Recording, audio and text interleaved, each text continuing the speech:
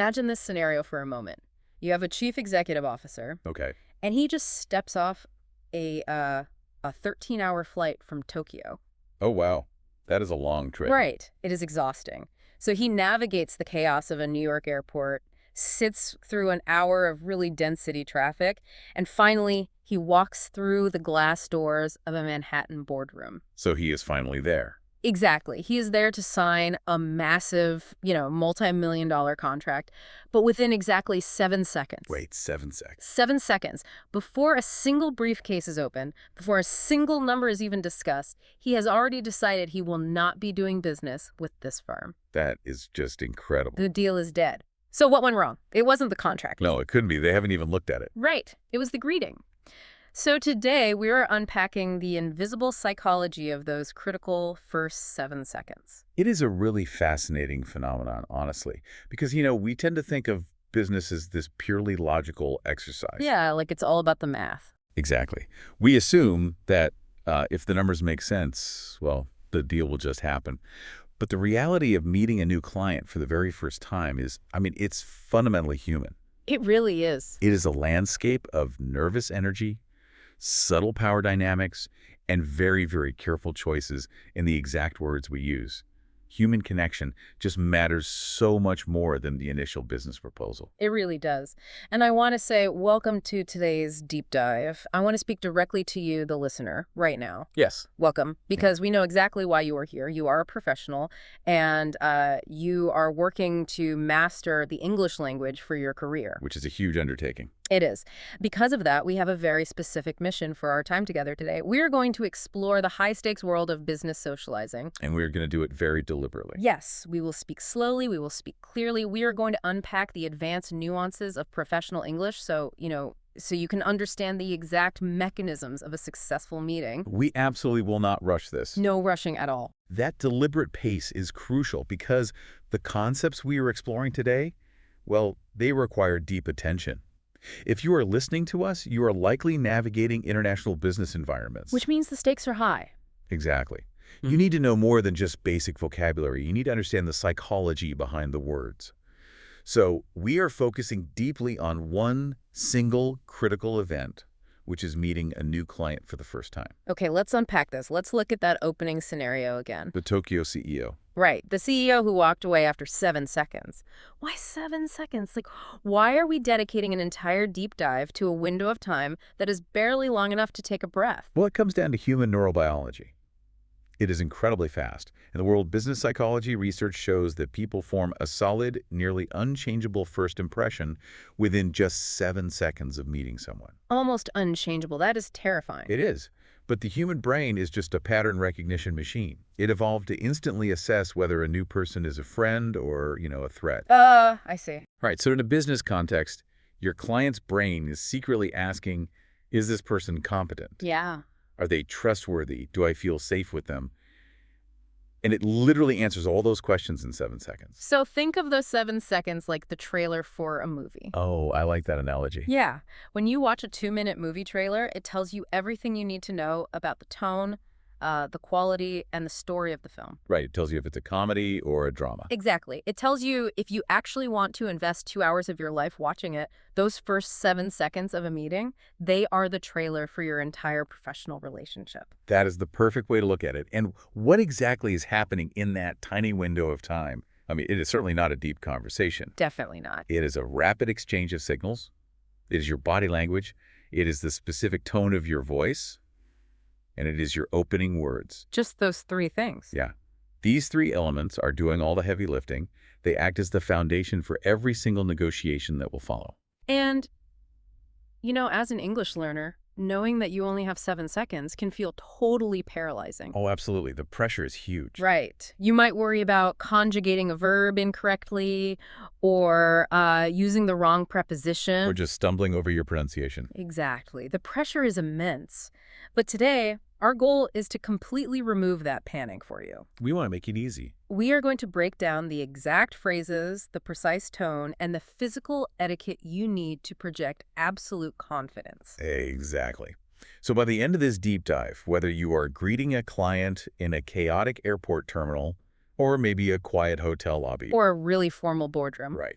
You will have a specific toolkit of language to rely on. You will not have to guess what to say.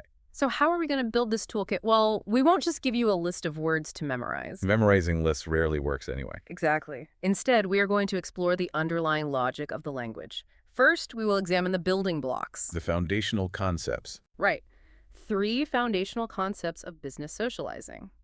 Then, we are going to look at a real-world dialogue between 2 executives. That will be really helpful to see it in action. Yeah.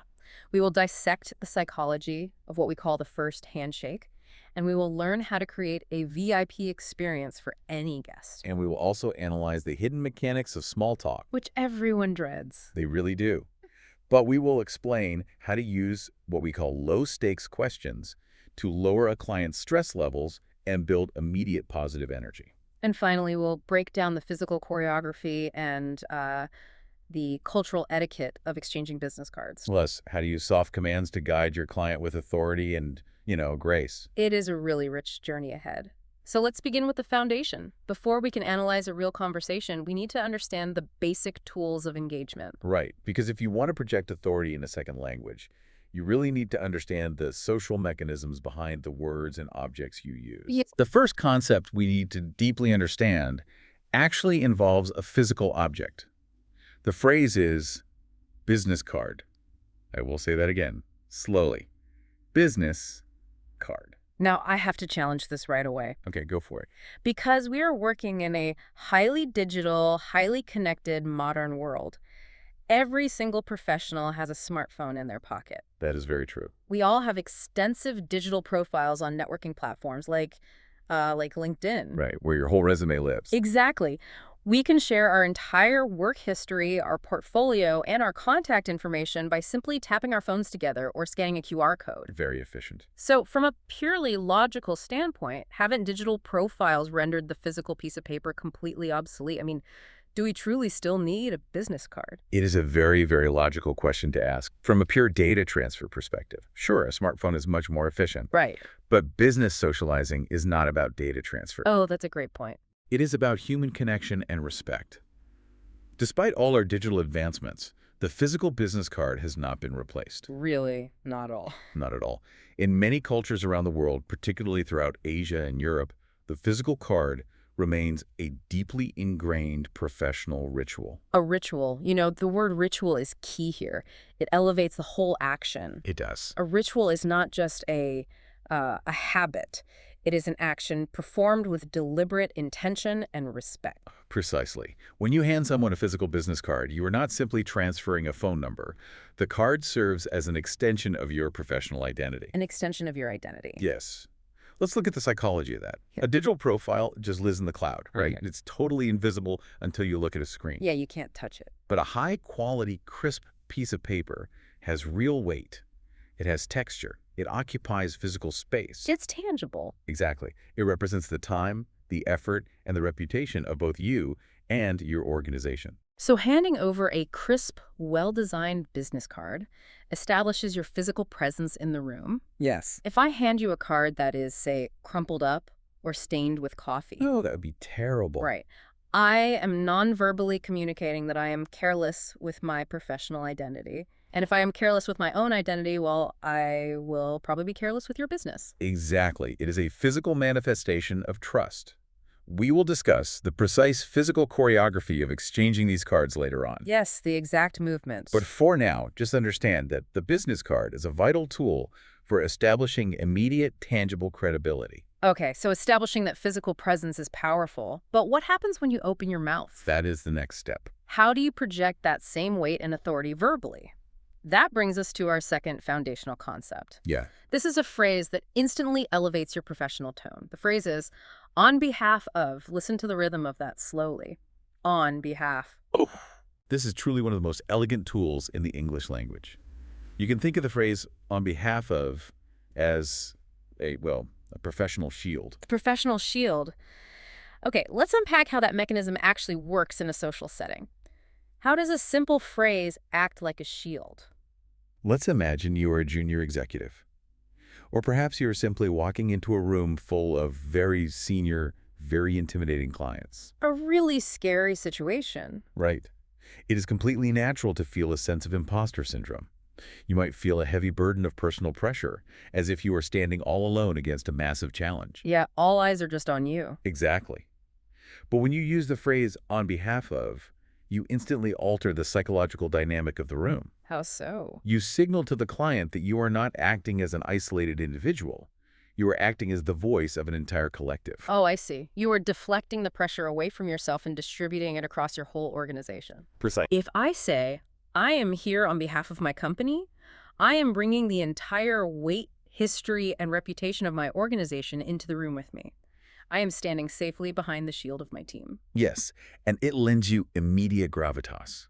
It removes the vulnerability of the individual, and it replaces it with the authority of the institution. That is such a powerful tool for an English learner. Let's examine how this sounds in practice.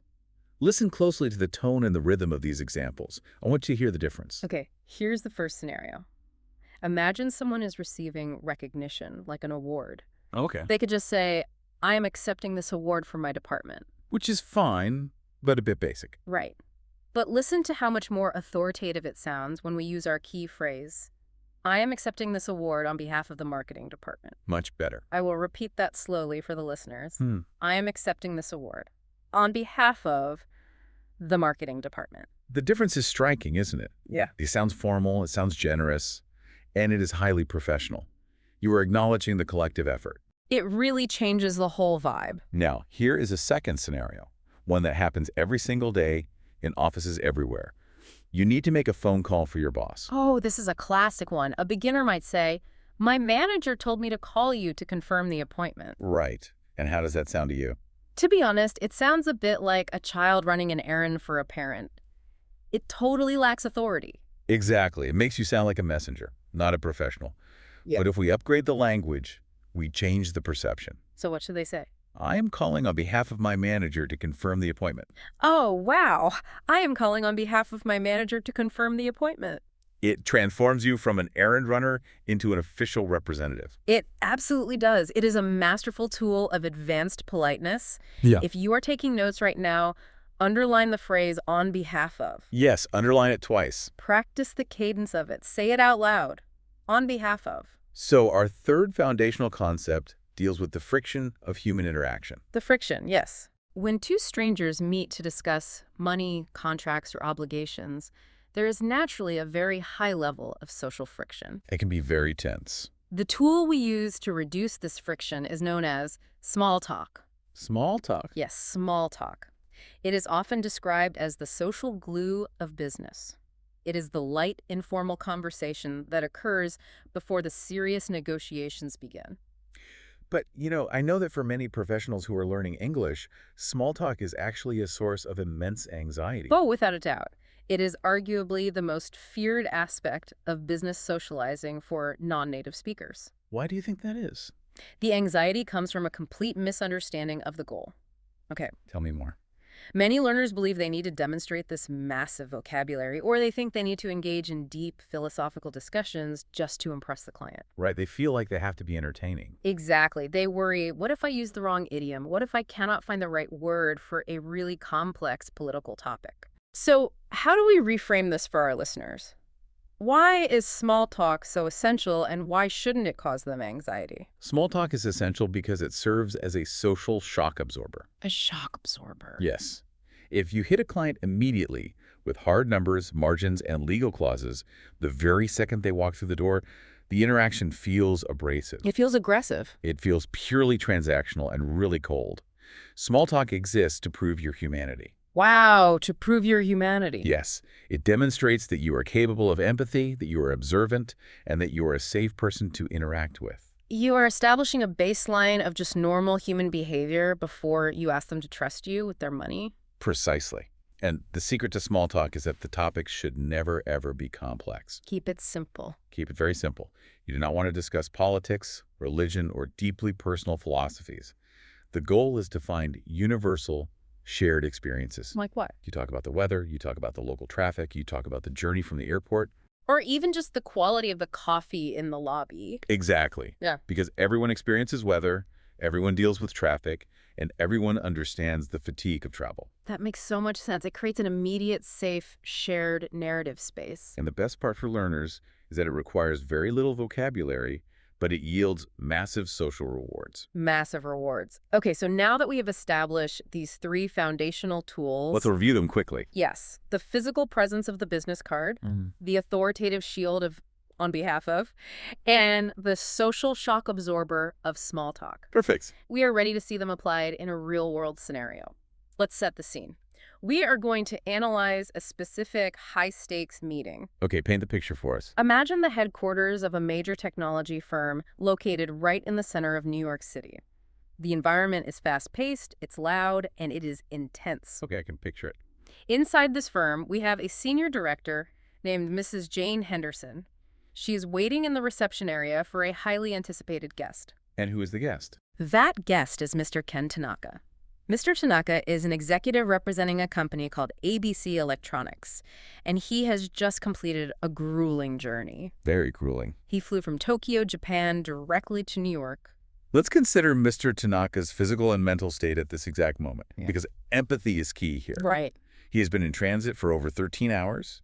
He is dealing with a massive time zone difference, meaning his internal clock is completely disrupted by jet lag. He must be exhausted. Beyond exhausted. He has navigated customs, luggage claims, and the notorious New York traffic. And on top of all that, he is about to conduct complex business in a language that is not his native tongue. That is a lot to handle. It is. His cognitive load, which is the amount of mental effort he is using just to function, is incredibly high right now. Okay, so this is the critical moment. The elevator doors open. Mr. Tanaka steps out. The 7-second clock begins ticking right now. Tick-tock. Jane Henderson has a monumental task. She must instantly lower his cognitive load, make him feel profoundly welcome, and establish her own authority. All in 7 seconds. All in 7 seconds. So let's look at the precise opening words Jane chooses to use. As Mr. Tanaka approaches, Jane smiles. She steps forward and she says, "Good morning. You must be Mr. Tanaka. I've seen your photo on the company website, but it's great to see you here." I want to stop right there and put this under a microscope. Let's do it. Let's look at the grammatical choice Jane made. She said, "You must be Mr. Tanaka." Let's say that slowly for our listeners. You must be Mr. Tanaka. It is a truly brilliant choice. To understand why, we have to look at the alternative. Right. If I am an English learner, focusing purely on basic grammar, the most direct way to verify someone's identity is to ask a simple question. Which would be what? Are you Mr. Tanaka? Yes. Why didn't Jane just say that? Like, excuse me, are you Mr. Tanaka? It is grammatically flawless. It is grammatically flawless, but psychologically, it is a disaster in this specific context. Disaster. Really? Imagine the tone. Are you Mr. Tanaka? It sounds like a customs agent at the border. It sounds like a police officer asking for identification. Oh, I hear it now. It is an interrogation. Exactly. It immediately puts the guest on the defensive. It implies doubt. It essentially says, I don't know who you are. Prove it to me. Which totally adds to his cognitive load. He has to assert his identity when he's already exhausted. Yes. But Jane uses the phrase, you must be. This is a masterclass in business socializing. Yes. The phrase, you must be, creates what we call a VIP experience. A VIP experience. It signals anticipation. It tells the guest, I was expecting you. I have been waiting specifically for you. There is no doubt in my mind about who you are because you are important to me. Oh, that is so welcoming. She even backs it up by adding, I've seen your photo on the company website. Which is brilliant. She is non-verbally communicating. I did my research. I prepared for your arrival. You are not a stranger. You are an anticipated guest. It rolls out the red carpet in just a few short words. And this instantly lowers Mr. Tanaka's stress. He does not have to explain who he is. The bridge has been built before he even speaks a word. So he responds warmly, confirming his identity, and he says, please, call me Ken. And Jane responds, thank you, Ken, and I'm Jane. In less than 5 seconds, they have moved from formal surnames to first names. The social glue is already setting. Then Jane delivers another meticulously chosen sentence. She says, it's a pleasure to finally meet you in person after all those months of emails. Let's deeply analyze the phrase in person. Yes, let's look at that. It is a pleasure to finally meet you in person. This is a highly sophisticated transition phrase. To meet in person means to occupy the same physical space. Right. It is the real-world counterpart to virtual communication. Yes. For months, Jane and Ken have existed to each other only as text on a screen or perhaps voices on a conference call. But now they are in the same room. We Wow. need to address a very common pitfall here for English learners, though. Yes, this is a big one. When trying to express this idea, many non-native speakers will translate directly from their mother tongue, and they will say, "It is a pleasure to meet you personally." I hear that constantly from learners. I am so glad to meet you personally. And to be fair, a native speaker will completely understand what you mean. Oh, absolutely. It is not going to ruin the meeting. But we are aiming for advanced natural fluency today. Correct. While "meet you personally" is intelligible, it is not the standard business idiom. No, it's not. An idiom is a customary expression that native speakers just use automatically. The natural, expected phrasing is "in person." You want your language to be invisible, so the client focuses on your message, not your grammar. You want to say in person. Let me say it slowly. In person. But the brilliance of Jane's sentence goes far beyond just choosing the correct idiom. Why is it so vital that she specifically highlights the transition from emails to meeting in person? It is about honoring the physical journey. Honoring the journey. Remember our analysis of Mr. Tanaka's physical state? He has crossed oceans to be there. He invested significant company resources, his own physical energy, and immense time. If Jane simply said, "Nice to meet you," it would treat this monumental effort as just an everyday occurrence. By saying, "It is a pleasure to finally meet you in person," Jane is validating his exhaustion. She is acknowledging the massive effort required to transition from the ease of an email to the difficulty of a physical presence. It is a profound display of professional respect. In just 2 sentences, Jane has executed the perfect 7-second introduction. She really has. She avoided the interrogation dynamic by using "you must be," and she honored his physical effort by emphasizing they are meeting in person. This brings us to a highly precarious moment in the timeline of a new meeting. Uh-oh. What happens next? Well, the initial greeting is complete, the names are exchanged, the pleasantries are delivered, and then you walk. exactly, there's the walk from the lobby to the boardroom. This creates a vacuum.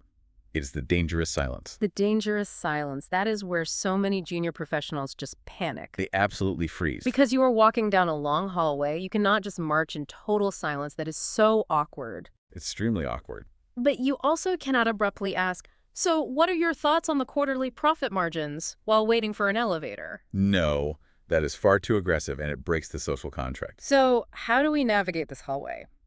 We return to our third foundational tool, small talk.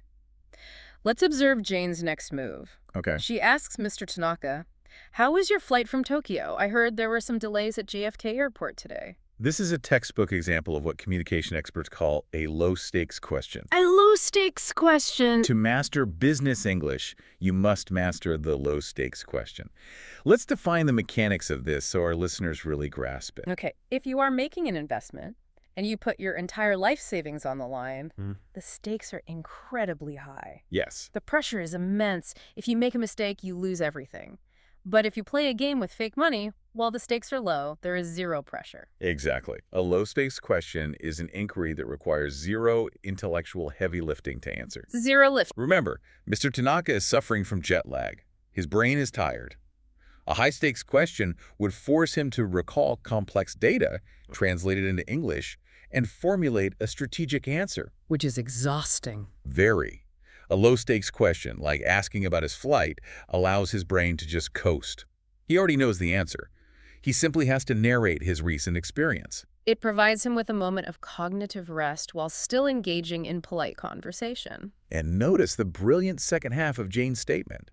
She doesn't just ask about the flight, she adds, "I heard there were some delays at JFK Airport today." Yeah, why does she volunteer that specific detail about the delays? That is pure empathy in action. Empathy. Empathy is the capacity to place yourself in someone else's situation. By mentioning the delays at JFK, Jane is demonstrating that she is mentally tracking his journey. Wow, that's clever. She is proving that she cares about his comfort. Even if his flight was perfectly on time, the mere fact that she was aware of potential problems shows that she is a vigilant and caring host. It is an incredible way to build rapport. Now, obviously, not every client is flying in from Tokyo. Right, sometimes they just drive across town. Exactly. So our analysis provides several alternative low-stakes questions that you can use depending on the scenario. I want to go through these slowly. Yes, let's take our time with these. If you are listening, Try to absorb the rhythm of these phrases. Repeat them out loud if you can. These are highly versatile questions that should be memorized. They are the perfect hallway conversation starters. Here is the first alternative. Imagine your client drove across town to see you. You say, "How was the drive over?" How was the drive over? I will repeat that slowly. How was the drive over? It is entirely low stakes. It invites them to complain mildly about traffic, Yeah. which is a great, safe bonding exercise. Everyone loves complaining about traffic. They really do. Now, here's a second option, the ultimate universal topic. How are you finding the weather here? Let's Yeah. say that deliberately. How are you finding the weather here? Asking how they are finding the weather is a slightly more sophisticated way of asking, do you like the weather? It sounds much more professional. It is polite and it is open-ended. And here is the third scenario, ideal if the client arrived the night before. How was your stay at the hotel so far? Let's repeat it. How was your stay at the hotel so far? This specific question demonstrates that your hospitality extends beyond the walls of your office. You care about their overall experience in your city. If we zoom out and look at the mechanism of these low-stakes questions, we see they are doing profound emotional work. They are not just filler words. Not at all. They are taking two individuals who represent competing corporate interests, and they are slowly aligning them as human beings. Small talk is an investment in the psychological safety of the negotiation. Now, let's return to the dialogue and see how Mr. Tanaka fields Gene's question about the flight. Okay, what does he say?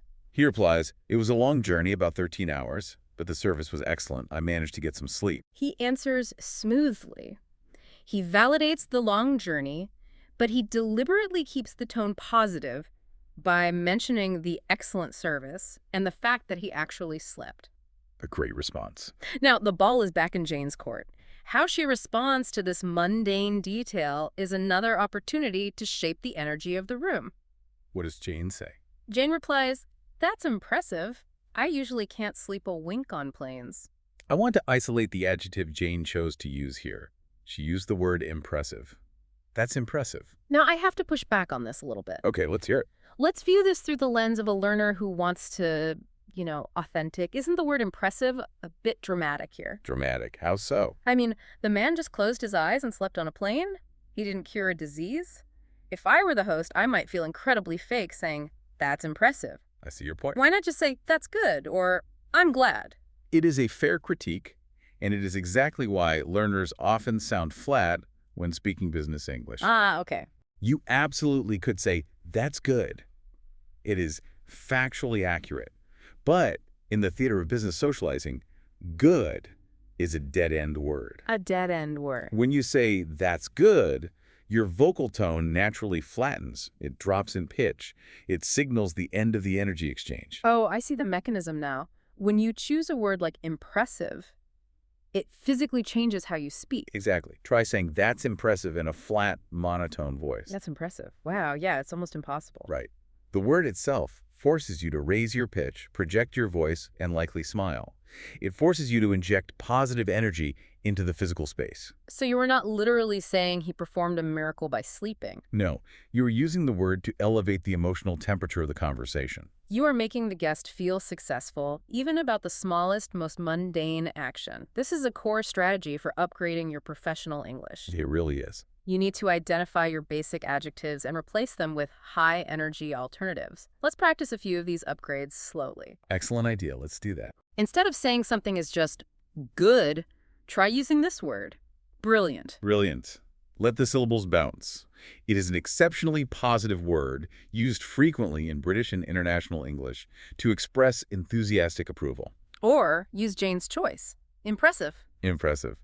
This word signals that you admire the outcome no matter how small it might seem. Or try this one, wonderful. Wonderful. Let the warmth of the word come through. It signals genuine pleasure. By systematically replacing good with brilliant, impressive, or wonderful, you instantly upgrade the entire acoustic environment of the meeting. You sound like a dynamic, engaged leader rather than just a passive observer. Let's review the architecture of this meeting so far. Jane and Ken have flawlessly navigated the first crucial minutes. They really have. Jane established a VIP dynamic with "you must be." She honored his physical journey by highlighting they are meeting in person. She safely bridged the hallway silence. using a low-stakes question about the flight. She cultivated a high-energy atmosphere using a strong adjective like impressive, So the psychological rapport is officially established. They are comfortable with each other. but they're still in motion, right? They are moving toward the actual boardroom. Yes, which brings us to the logistics of the meeting itself. It requires physical exchanges, spatial awareness, and actually guiding the guest. This is where the physical etiquette we discussed earlier comes into play. Let's look at Jane's next action. Okay. She stops and says, "Oh, before we head into the conference room, let me give you my business card." She initiates the exchange of the physical object before they sit down. This returns us to our very first building block. The business card. And because Mr. Tanaka is an executive from Tokyo, this action is layered with immense cultural significance. We must take a deep dive into this specific cultural ritual. In Japanese business culture, the business card is known as a meishi. A meishi. And as we established, the meishi is not merely contact information. It is the physical avatar of the individual's professional soul. That is a lot of weight for a small piece of paper. It is. Therefore, the choreography of how you handle this piece of paper is a direct reflection of your respect for the person. Deals have literally been lost because an executive mishandled a meishi. Wow. Let's break down the exact physical choreography required. If you are an English learner preparing for international business, you really need to visualize this movement. How exactly should you give and receive this card? It requires physical symmetry and full attention. When you present your card, you must use both hands. Both hands. You hold the top two corners of the card delicately, ensuring that the text is facing the recipient so they can read your name immediately upon receiving it. Okay, that makes sense. And crucially, when you receive their card, you must also reach out and accept it with both hands. Receiving with both hands is a really powerful nonverbal signal. It means you cannot be holding a cup of coffee. Right. You cannot be checking your phone. It forces you to stop all other activities and dedicate 100% of your physical presence to the person standing right in front of you. It is the ultimate display of undivided attention. Now, the protocol also comes with a strict set of prohibitions. The do not do list. There is a do not do list that is absolute. Let's cover these taboos carefully. Number 1 on the do not do list. Never, under any circumstances, place the business card in your back trouser pocket. Consider the physical implication of that action. If we accept that the card is the physical avatar of their professional identity and you place it in your back pocket. You are essentially going to sit on their identity. Exactly. It is interpreted as highly dismissive and profoundly disrespectful. Number 2 on the taboo list. Never write on the business card immediately after receiving it. This is a mistake many well-meaning Western executives make. Oh, I've seen it happen. They receive a card, and they immediately pull out a pen to jot down a secondary phone number or the date of the meeting on the card itself. Don't do it. Do not do this in the presence of the giver. You are defacing their professional symbol. It is the corporate equivalent of drawing a mustache on their portrait. Okay, so we know the strict prohibitions. What is the correct protocol? What should you actively do the moment you receive the card with both hands? The protocol dictates a moment of silent study. Silent study. You do not just take the card and immediately put it away. You must pause, look down at the card, take 3 to 4 seconds to actually read the information. Just focus on it. Read the person's name silently to yourself to ensure you have the pronunciation correct. And then you offer a brief verbal acknowledgement. You might look up and say, "Ah, I see you are the Senior Vice President of Logistics." Or, this is a very elegant company logo. Exactly. This brief, dedicated moment of study proves that you are attentive. It proves that you respect their hierarchy and their organization. And there is a vital psychological takeaway here that extends far beyond Japanese business culture. And what is that universal takeaway? While this deep, ritualistic respect for the business card is famously anchored in Japanese tradition, communication experts note that applying this same level of care in Western business cultures, in New York, London, or Berlin, is incredibly effective. Really? Even in New York? Yes. A Western client might not expect a formal two-handed ceremony, but when you pause, study their card, and acknowledge their title, they feel deeply respected. Treating someone's professional identity with care translates universally. Good manners are a global currency. That is a profound insight. Respect is never lost in translation. Now, Let's return to the dialogue and look at the specific grammar Jane used to initiate this exchange. Okay. She did not just toss the card and say, "Here's my card." She used a very specific, deliberate phrase. She utilized a linguistic tool known as proactive politeness. To understand proactive politeness, we must contrast it with basic translation. Okay, let's compare them. When many English learners want to initiate an exchange, they rely on basic sentence structures. They might simply say, I give you my card. I give you my card. It is factually accurate. It communicates the action perfectly well, but it feels entirely transactional. It feels like a computer executing a command. Exactly. It completely lacks warmth. Native speakers, particularly in high-level business, use proactive politeness to soften the transaction. Jane uses the phrase, "let me." Let me give you my business card. Let's isolate that phrase and slow it down for everyone listening. Let me give you my business card. Consider the underlying psychology of the phrase, "let me." It is a form of linguistic servant leadership. Servant leadership, I love that term. When you say "let me," you are implicitly asking for permission to perform a service for the other person. You are framing your action as a benefit to them rather than a demand from you. It is an offer of hospitality. Compare the focus of the two phrases. "I give you" puts the focus entirely on the speaker. That "let me" puts the focus on the relationship and the recipient. It is a subtle shift, but it completely changes the power dynamic from aggressive to accommodating. We can apply this proactive politeness to many different scenarios. Listen to how these basic commands can be upgraded into offers of service. Okay, let's practice a few. Imagine a client arrives with a heavy winter coat and a briefcase. A beginner might say, give me your bag. Which sounds a bit rude. Right. But an advanced speaker says, let me take your bag for you. Let me take your bag for you. The difference is night and day. One is a demand, the other is a courteous service. Or imagine you are hosting a business lunch. A beginner says, look at this menu. An advanced speaker says, let me show you the menu. Let me show you the menu. It is the language of a gracious host. For highly formal situations, you can elevate this even further by using the phrase, "may I offer you?" Oh, that sounds very formal. It does. For example, "may I offer you my business card?"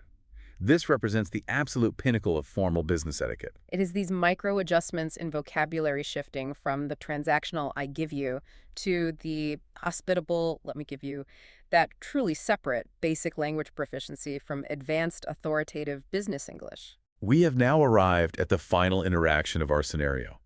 The business cards have been exchanged with perfect etiquette. It is a success. Mr. Tanaka has stated his title and confirmed he is there on behalf of ABC Electronics, utilizing his own professional shield. Beautiful. Now, Jane must physically guide him into the boardroom and direct him where to sit. Jane gestures toward the room and says, now please, have a seat in the lounge. Would you like some coffee or perhaps a glass of water after that long flight? This final sentence introduces our last critical concept of business socializing, the soft command. The soft command. Let's define the mechanism of a command first. Good idea. A direct imperative command is when you instruct someone to perform an action using the base verb stop, listen, walk. It is the language of a military general or a parent speaking to a child. Precisely. And in the theater of business socializing, you must systematically eliminate direct imperative commands when speaking to clients or guests. You would never look at a visiting VIP and instruct them, sit, or go over there. Sit sounds exactly like you were training a dog. It real is. If you use a direct imperative like that with a CEO who just flew across the globe, you will instantly obliterate all the positive energy and trust you built in the first 7 seconds. It is perceived as a sudden, aggressive power play. To avoid this, we employ the soft command.